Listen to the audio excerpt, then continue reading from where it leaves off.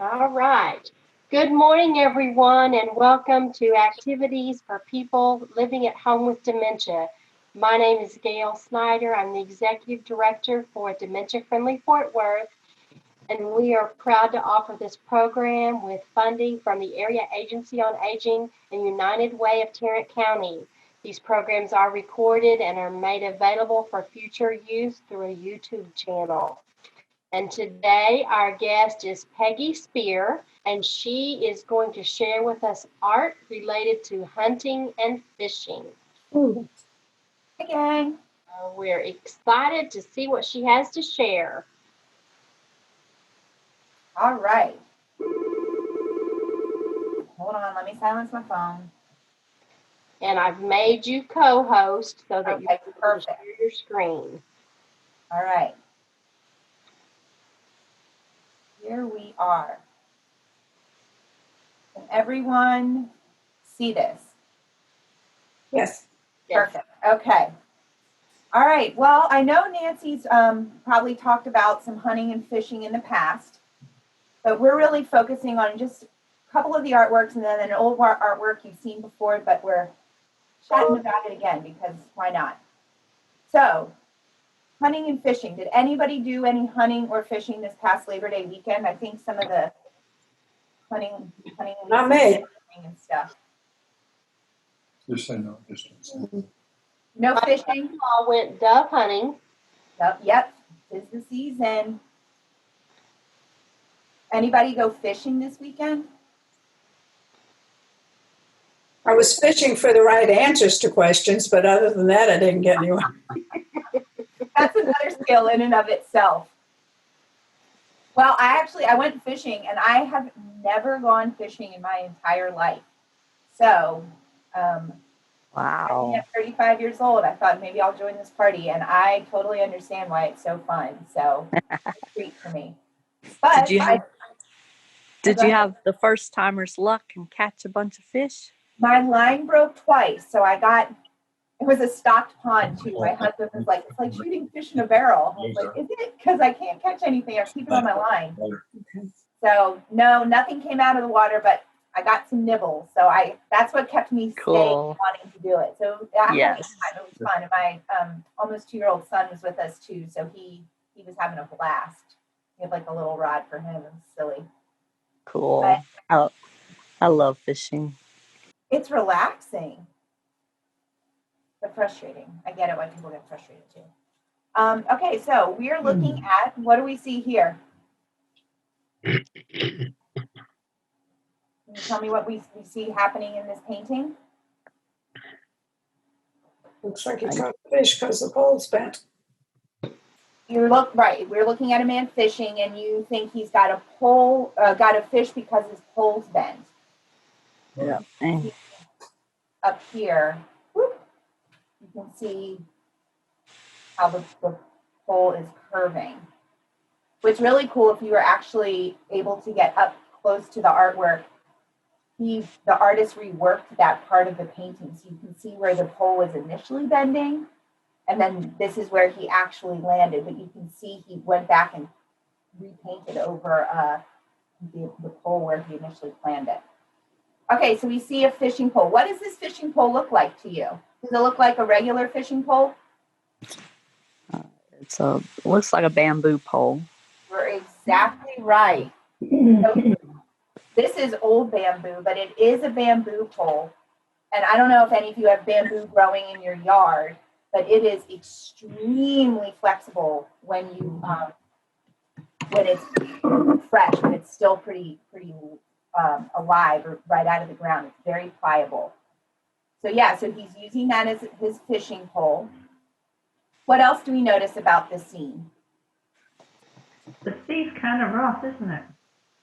You're right. It seems very rough. What makes you say that? Waiting to see the different colors of the ocean, and it's building up, and the froth and the froth. Yep. In the back too, that may indicate a stormy day.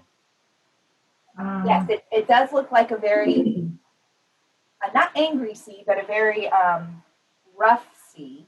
Yeah. Really good observation. Yeah, the foam here. There's Looks like there's foam over here and down here. And how he's standing. Mhm.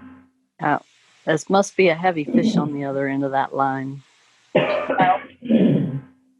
Yeah, because of his stance, he's really positioned himself to make sure he doesn't slip. And it looks like, let's look a little bit at his clothing. What does it look like he's wearing on his legs? Oh, his, yeah. I was trying to figure out if those were the waders or not. It didn't look quite like it to me, but No, that's Janine. Yeah, Janine, you're right. You can kind of see around, like right under where his bottom cheeks are, right under the head. And then he's got, it looks like it hooks onto his belt. I think he is wearing waders. You were right to spot that. His vest. And then what color hair does it look like he has? Kind of reddish. Reddish, exactly. Because of that color of his hair, some art historians speculate that this is actually George Bellows, the painter himself. And then he's got his little fishing hat on. Has anyone heard of the artist George Bellows before? no. He was a New Yorker. Well, he ended up in New York. But he was a big fisherman himself. He was an athlete. He grew up in Ohio, and he actually played basketball and baseball at Ohio State. And then decided to move to the East Coast to pursue his career in art. But he was a big outdoorsman himself. So that kind of feeds into this idea that maybe the person we're looking at is actually the artist, or a nod to the artist. Might be a self-portrait. We don't really know. But say that, Patrick, what did you say? I'm sorry, Patrick, I didn't hear what you were saying, but chime on in if it comes to you. Yeah, so he actually was on the East Coast, but he painted this on the West Coast in an area called Big Sur. Have any of you been to Big Sur before? Yeah, love it. Oh my God, what a gorgeous place. I've heard that. So did you get to spend much time down on the water? Enough for me. I'm petrified, scared to death of water, so we probably wouldn't see you on this jagged rock fishing. No, I'd be far away from it, taking pictures of it, but I wouldn't be on it. I was wondering how the guy got out on that rock. That's a great question. I mean, probably hiked on it. Helicoptered out and then lowered. Yeah, right. Yeah. He dropped from his helicopter on in. The No, I water know. the water behind the rock looks peaceful. So I guess he waded out there. Right here? Yeah. Yeah. I feel like when I look at this painting, I automatically like clench my ab muscles, like engaging my core. Because don't you just feel like one false move and this guy might slip? Yeah, man. Crack his head open. And that water. I actually just pulled up a picture of this area, and he actually could walk to where he's at. Oh, really? Okay. Yeah, Yeah, when you finish, I'll show the picture that looks a lot like where he's at. yeah. The particular, it's called Point Lobo, is the exact spot on Big Sur. Okay. Let me see if I can find that while you're talking. Cool. Yeah, so George Bellows, like I was saying, he was an East Coaster. He visited the West Coast. He was taking an art class in the school in San Francisco, so Big Sur is not far from San Francisco. And he used to be in love with painting the cities. He was actually part of a group called the Ashcan Group. And the reason they called themselves the Ashcan Group, they painted the grittier scenes of urban life. And ashcans were often seen in these dwellings under bridges or in areas where maybe people who were homeless or in a drug scene or gang scene, something like that, would gather around trash cans and light them on fire as their way for warmth. So that was called the ash. They called themselves the Ash Can Group, and there are about 8 other artists in this group that really kind of captured the underbelly of the city. But then he got married, and it softened him, and he loved painting the sea. And so of his about 500, estimated 500 paintings, 250 of them are of the sea. And it was during this time, there was this interest in Theodore Roosevelt's philosophy that, the nature is for everybody, not just for those who feel connected to the earth. It's for yours for the taking. So that meant hunting and fishing was available. It was something that everybody could embark on. So there's this because he's alone, you get this feeling of he's out there and making the most of his land, but you get this sense of the struggle. Like I think it was either Joe or Paulette was saying that the sea, it's a kind of an aggressive sea. So it's this constant struggle of man versus nature.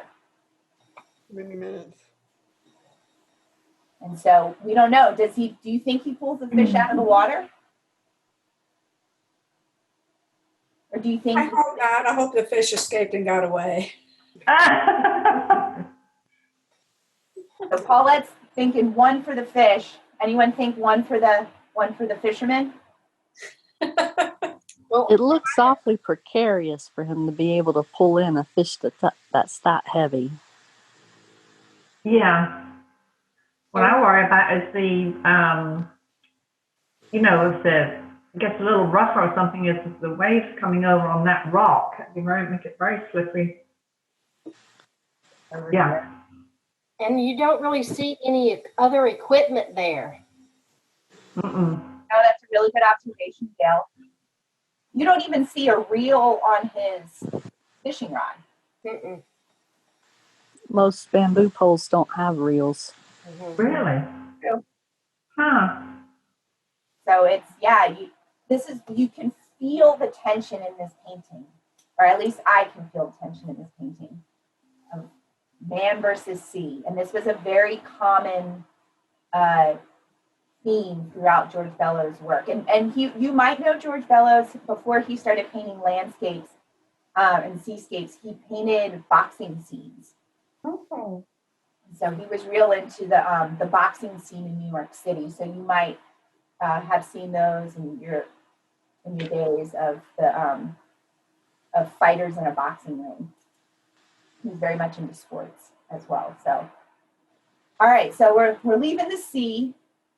And we're heading inland, and we're gonna spend a minute, some time with this sculpture called Indian Hunter.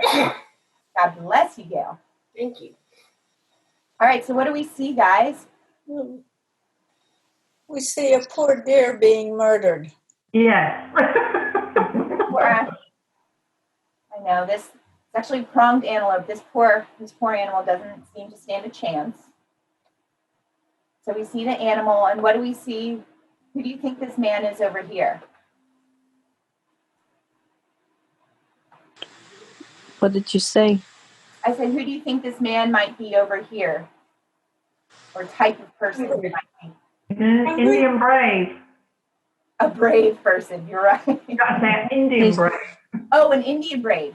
Yes, it's an American Indian, you are right. But not any particular American Indian that we know of. But he is depicting an American Indian. And can you see maybe what's draped on his leg? Is that maybe to tie up his prey? Maybe. Yeah, it might have been something he killed before. It's like a pelt. You can see little paws on draping on the inside of his leg. Okay. And then you can notice his hair pulled back or pulled off to the side. And then, okay, so he's pulling back his bow, but do you see an arrow? Mm-mm. It's in the side of the deer. You're right. Oh, And not all of them have that bow in the side of the animal, because what he was trying to do was, when he created this sculpture, he designed it knowing it would be on someone's mantle. And so on either end of their mantle. So sometimes the bow isn't there because the viewer is assuming the bow might be, somewhere in the air here. But that's what's connecting the two artworks together when they're separated on a mantelpiece.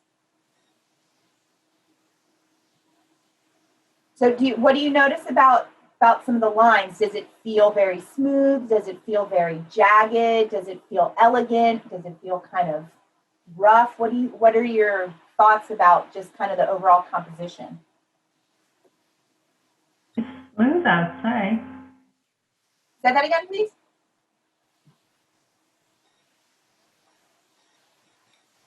You can actually feel the pain of the deer in this scene.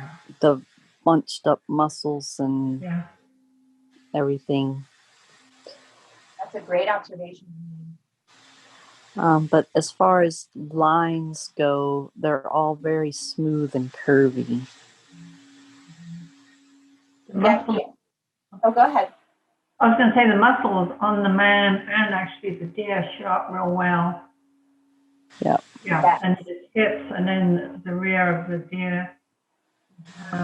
Very lifelike that way. So probably wouldn't be surprised then if I told you Paul Manship, the sculptor, created this after he visited Rome and was at the Capitoline Hill and saw all in the Capitoline Museum and saw all of these Greek and Roman sculpture.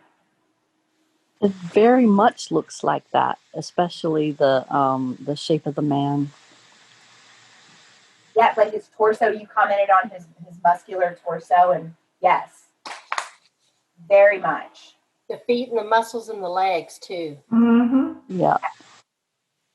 Yeah. So this style is called archaic, and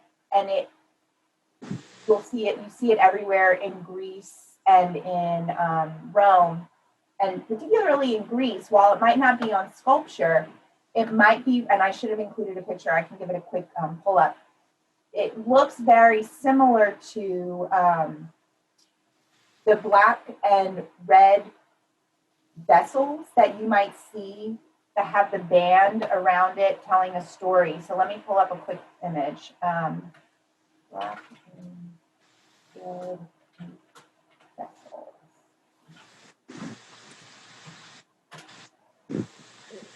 So something you might see like this.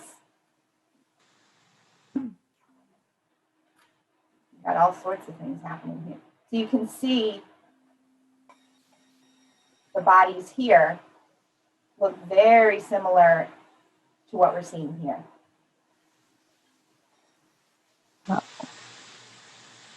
And so this particular artist was very interested in the simple but elegant lines of these sculptors.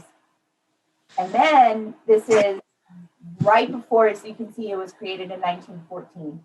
It then was right before Art Nouveau and Art Deco came into fashion. You can see some of the curly lines that were then very much in fashion with Art Deco.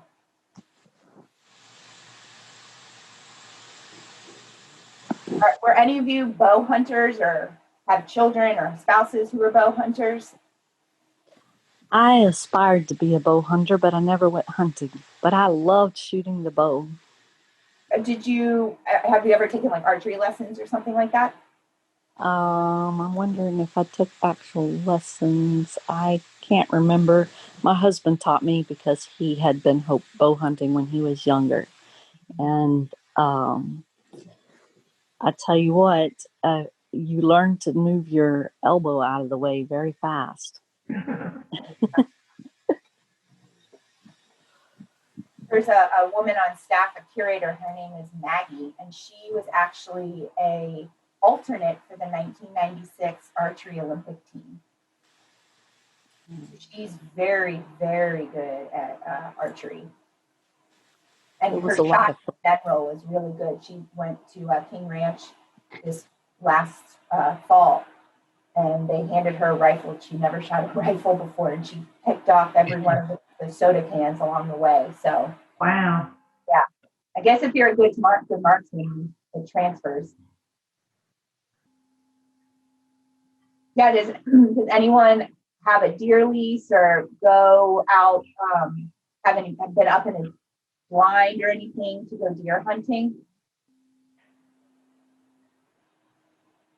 John has, but he's asleep.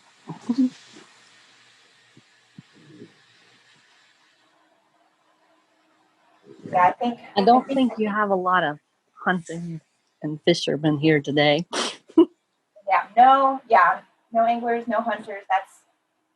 That's quite all right. I grew up, and my dad wasn't a hunter, so coming down here, it seems like a lot of people do dove hunting. Up north, there was a lot of deer hunting. I grew up in Maryland, so it was a lot of deer hunting because they ate a lot of crops. So that was always, deer season was always very big up north for us. We never saw the pronged antelope up where we were. And then one last hunting fishing scene. I know some of you have talked about this with Nancy before, but this is one of our paintings that is near and dear to so many people's hearts, but this massive painting called The Hunter's Return. So can you see where the hunter is returning? Below the orange tree. You're exactly right. And you can't tell in this picture, but any guesses on what is hanging on this stick across the men's shoulders? It's not clear enough to see. I know this is for reproduction, even though it's on our website. It's a deer, and it's tied by its legs and has a stick running through it. So its head is closer to the ground and its feet are up in the air. And you might I see it now. Yeah, and here's the deer's head draping down. It looks like they did not field dress it. You're right. That's a really good observation. No, it doesn't, in the painting, it doesn't look gory outside of just its wound from being killed. And you can see, well, you can't see here, but in the painting, he's resting his rifle on his shoulder, and the older man, I assume dad, is holding his rifle, not practicing the best gun safety, but holding his rifle right at his son. Oh, that's not good. Right. But you can see they're coming home.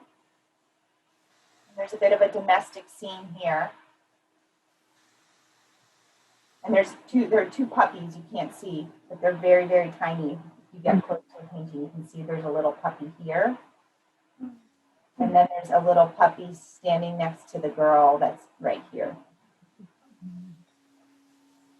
Does anyone have or had in the past a hunting dog or a pointing dog as a family pet? No. I had a German short hair pointer. They're very beautiful dogs, but I had a German short hair pointer for a long time, and we weren't hunters, but he wanted to. He was always pointing for geese. It was funny. My great grandfather had a hunting dog. It was a bird dog because he used it for bird hunting, and the dog was so ugly. When my youngest sister was little, she named it Beautiful. It was a very ugly dog, but my little sister named it Old Beautiful. Oh, I love that. And it stuck. The name stuck. It stuck. Oh, how cute. I had a black cat that I named Rainbow. I love that. We had a black cat named Panther and a black dog named Blackie, if you can imagine. Oh, my husband wanted me to show you this. Oh, what is it? I don't know. Can you see it? Which Turn camera, Patricia? Hold it in front of the one where you're to looking. the other side, in front of your face. Now move it in front of your face on the other side. In You've front of been my looking. face. Now look where you, when you're looking into the camera. Left. There you Perfect. There you go. Ozark Anglers. Yes. Since you were doing the hunters and the fishermen, then Bob wanted you to see this. Very cool. There you go. So is Bob a fisher? Was No. it? No, he is not a fisherman. Is he a sticker collector? Is that why he had that? Oh, actually, it's a magnetic strip that you can. Oh, okay. It looked like a bumper sticker. Well, he grew up in Fayetteville, in the Ozarks, in Arkansas. Yeah. So this Definitely hunting territory and Yeah. fishing. Yep, sure is. Very cool. Almost. Well, these are our 3 artworks this week. Any closing thoughts before we depart? Well, let me take over the screen and I'll share the pictures that I pulled up Yes, please. of that area. Okay, so here's where this is the artwork that Gail is going to reference the scenery where this fisherman actually was. So there's several different pictures of this area. But this picture right here Oh, Oh, wow. looks a whole lot like the rocks and the water there. I'm ready to go. And it says Point Lobos. And I've probably been near this area because we lived in California when I was a toddler. Huh? And there's certain names in California that ring bells in my head when I hear them. And Is this one of them? it kind of does in a way, but there's a couple other pictures I was going to pull up that here. This one, I thought this one looked a lot like that painting. See this Wow. area right here? Mm-hmm. And this is where, what happened to it? Why did it go away? It looks like he could have walked on the beach up to where he was in this area right here. Yeah, you're exactly right. And that color of the water, too, in both of those images, that blue and that green looks very similar to what he painted. Mm-hmm. I don't think so. No? What makes you think it might be a totally different spot?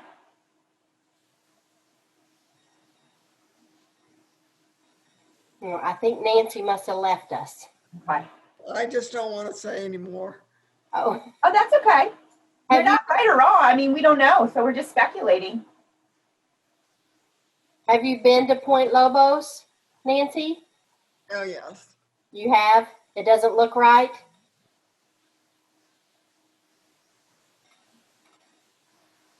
Here's also a map. I was trying to see if I could find it on the map, Oh, interesting. Uh-huh. but I don't see Point Lobo on the map. Nancy, do you know where it's at from this map? No. No? Lobo's a wolf, isn't it? Oh, here it is. Okay, so Gail, if you see where it says one, Oh, I see it right yeah. there. Right there. Cool. So it's got some very jagged edges Uh-huh. on that land and rock formation. And I bet very cold water. Mm-hmm. I had to leave and go get my groceries. I Okay, think I well, need to go put up the cold stuff, so I'm going to head out. Bye, Janine. It was good talking with you. We'll see you next week. All Have right, fun. bye. Bye, Janine. Bye. Bye. This is Nancy. So there must have been a bunch of wolves out there. Is that what you're saying? Point Lobos. Lobos means wolf. Figuring it out. But Yeah, I'm there's not sure I'd want to camp in there. Paul, I had all those Wolves are out. No, thank you. Yeah. I love all the colors of the water in this picture. And it seems kind of rough in the pictures you've shown, Gail. It does seem like there's a lot of water waves breaking in different places because of all the rocks. So, yeah, the artist did a pretty good job of capturing some of that that drama of the water. And if you were to see the artwork up close, you can see a lot of his brush strokes, and they're very dramatic. So I'm sure he was really trying to get at the drama of the ocean. Mm-hmm. Here's another picture that has the rocks out in the water and the mountain area across from it, Cool. like in the painting. Thanks for pulling those up. That's really helpful. You're welcome. That's beautiful. Makes you want to go visit the ocean, huh? Yeah, Amen. our daughter lives in California. We get to go out there frequently. In Northern California? Yeah, they're in Northern California. Oh, very cool. Yeah, she lives in a little town called Woodland and teaches immigration law at UC Davis. Oh, good for her. Oh, wonderful.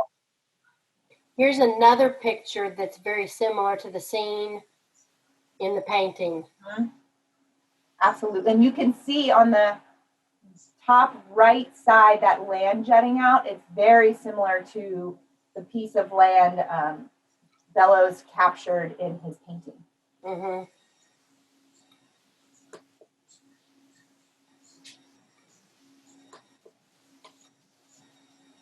Cool. All right, friends. Well, it was good chatting with you this week, and I hope I see you all next week. Next week, we are talking about, I think it's America is the theme. So we're looking at some of our classic American paintings here at the museum. Oh, sounds wonderful. Great. Peggy, thank you so much. Absolutely. Thank you for hosting. And we'll see you next week. Perfect. Bye, y'all. Be good. Thank you. Oh, darn. Okay, can you all still see my screen? Yes, ma'am. And what do you see? You. Just me? Oh, No, well, all I the- guess all the I rocks. feel all the, Okay, I have the to, actual scenes and more scenes and a mileage sign and all that kind of good stuff. okay, I have to choose a different screen to share. There we go. All right. So tomorrow, Thursday, September the 10th, we will be playing Jeopardy. Okay. So come with your thinking caps on, and I'll come up with a new subject matter for our game tomorrow. Okay. All right. Everybody have a wonderful rest of your day. Thanks so much for being with us. Well, thanks for getting it off to a beautiful start. All right. Thank you, Gail. Joe and Patsy, so glad you got to join us today. Yeah, good. I'll play All right. then. See you tomorrow. See you tomorrow. Okay. See you tomorrow. Bye-bye. All right. Bye-bye.